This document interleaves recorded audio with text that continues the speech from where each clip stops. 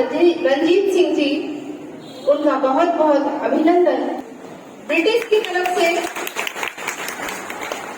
तरफ से second world war में सैनिक के रूप में आप लड़े हैं। बंटवारे के समय आपने अब गोली भी खाई है। आजादी के संघर्ष में अमृतसर के आंदोलनों में आप शामिल हुए हैं। आपकी सक्रियता और कर्मठता के कारण लोग आपको बुजुर्ग नहीं बल्कि 113 साल का युवा कहते हैं। और आज चौथी पीढ़ी आपकी युवावस्था में है। आज आप हमारे लिए, हमारे पूरे जनपद के लिए और हमारे देश के लिए एक प्रेरणा स्रोत के समान है। 1947 में लाहौर के कलेक्टर अब्दुल गनी की गाड़ी आपके घर आकर रुकती है और आपके पिताजी से कहती है कि अपना सामान लेकर के यहाँ से चले जाओ, यहाँ मार काट होने वाली है। और इनका परिवार वहाँ से निकल लेता है। भारतीय कैंप में पहुँचने के अगले दिन ही वहाँ पर दंगे होने लगते हैं। इसके बाद आपका परिवार बरेली आ जाता है और उसके बाद 1980 में, ये हमारे जनपद का सौभाग्य, 1980 में आपका परिवार लखीमपुर आकर मथुरा में निवास करता है और वर्तमान में आप वहीं पर रह रहे हैं। आप जैसे प्रेरणादायी व्यक्तित्व को आज मुख्य अतिथि के रूप में पाकर मेरा पूरा विद्यालय परिवार बहुत बहुत गदगद है और उत्साहित है। चौरी चौरा कांड, जिसका शताब्दी वर्ष इस वर्ष चल रहा है, ये भी एक काफी महत्वपूर्ण वर्ष है क्योंकि इस वर्ष हमारे सुभाष चंद्र बोस जी का भी 125 वर्ष का जन्म दिवस कार्यक्रम चल रहा है। तो इस तरह से चौरी चौरा कांड, दांडी मार्च और सुभाष जयंती का विशेष अर्थ है, जिसको हम लोग अमृत महोत्सव का नाम दे रहे हैं। आपको ये थोड़ी सी जानकारी दे दें कि 15 अगस्त 1947 को हमारा देश आजाद क्यों किया गया। देखिए, जब द्वितीय विश्व युद्ध समाप्त हुआ था और जापान ने आत्मसमर्पण किया, वो दिन 15 अगस्त ही था। और 15 अगस्त का दिन 2 वर्ष बाद यानी 1945 में जापान ने आत्मसमर्पण किया। 15 अगस्त के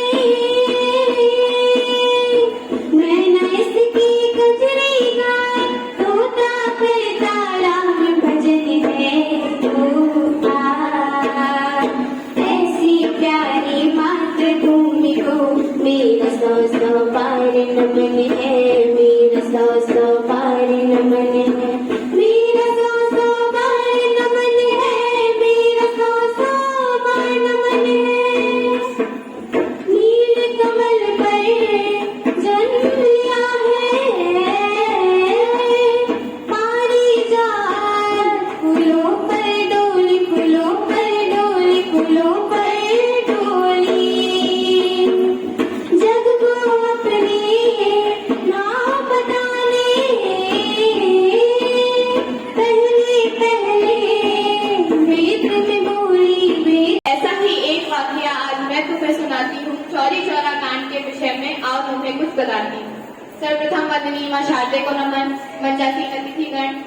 प्रधानाचार्य जी एवं मेरे प्रिय बहनों, आदरणीय गुरुजनों, मैं शुक्ला आज आप सभी के समक्ष चौरी चौरा कांड एवं दांडी मार्च के प्रकरण पर प्रकाश डालने के लिए उपस्थित हुई हूँ।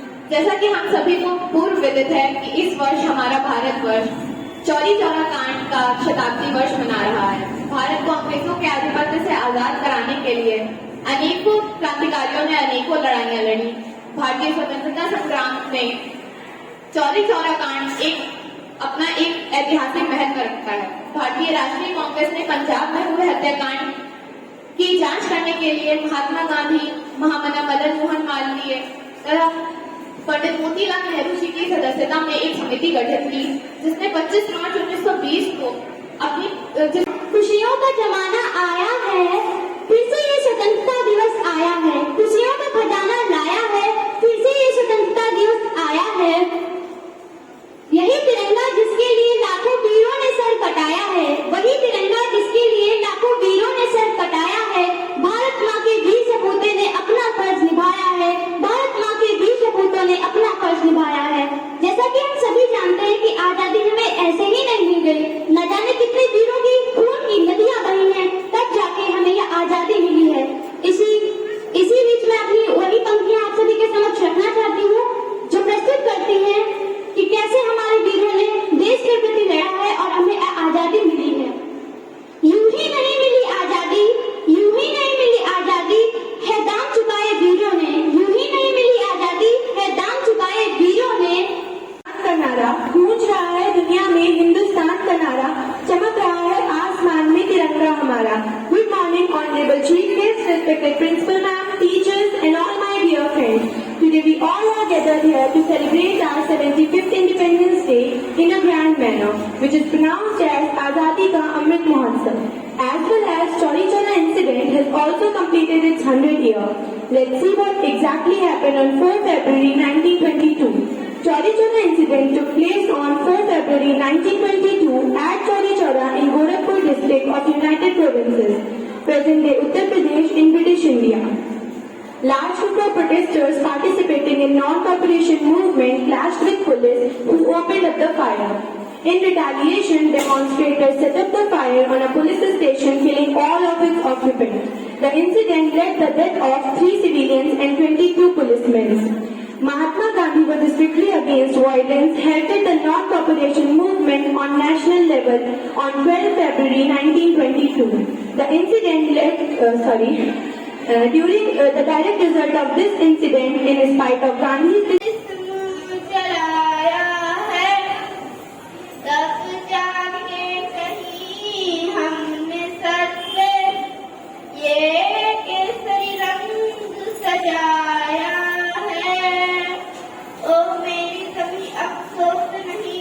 तेरे लिए तो दर्द से महफूज रहे तेरी आँख सदा शहजाद मेरी रहे न रहे। In Hinduism, and she says so many temples. As a queen, daughter-in-law, as a mother, she was excellent. She was known as for princess.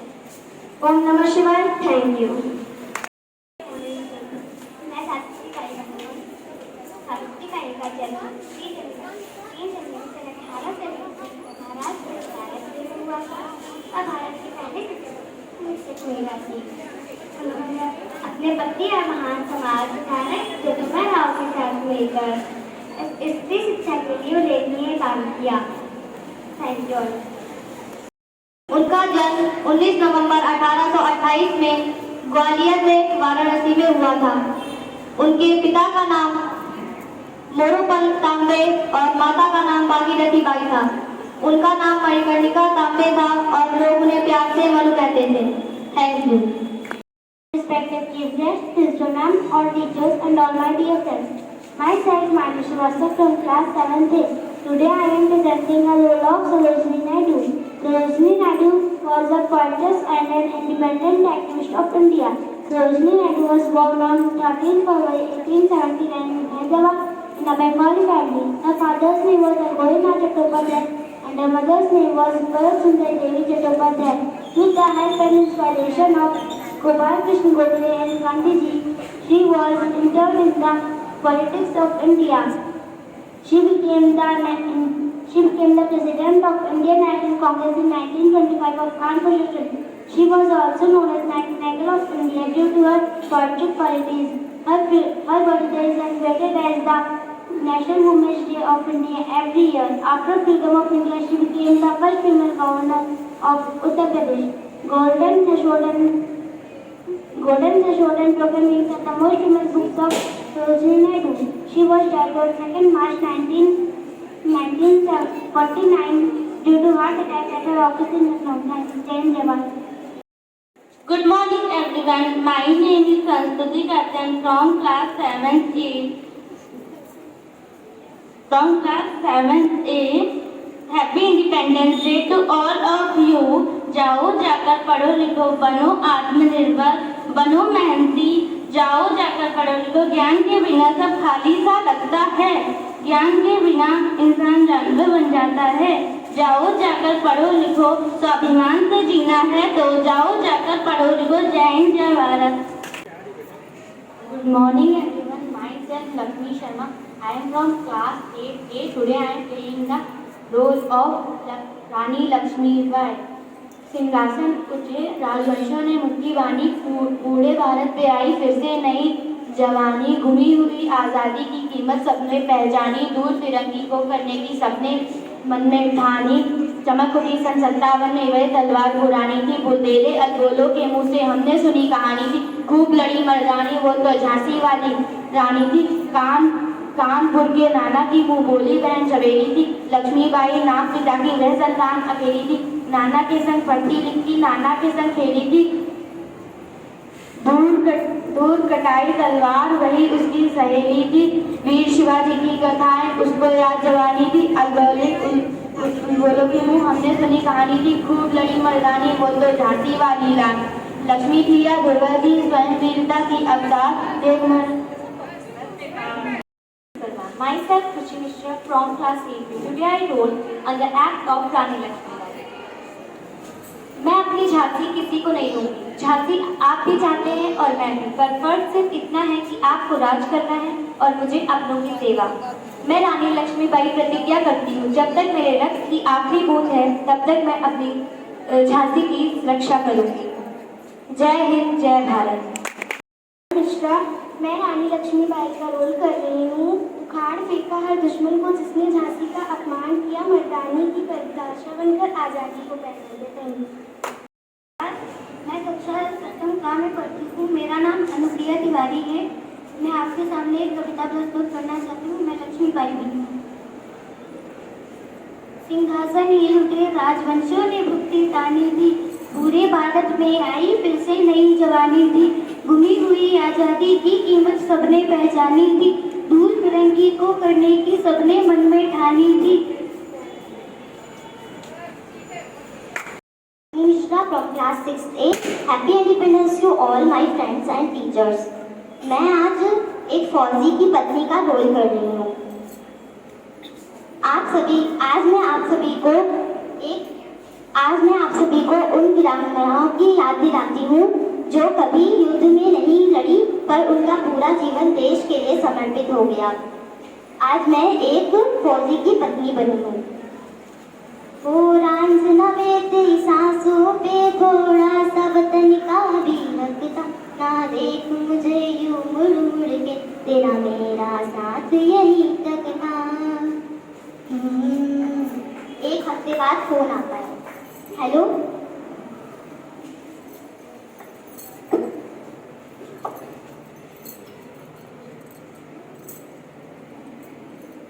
झूठ है जो आशीर्वाद सदा सुहागन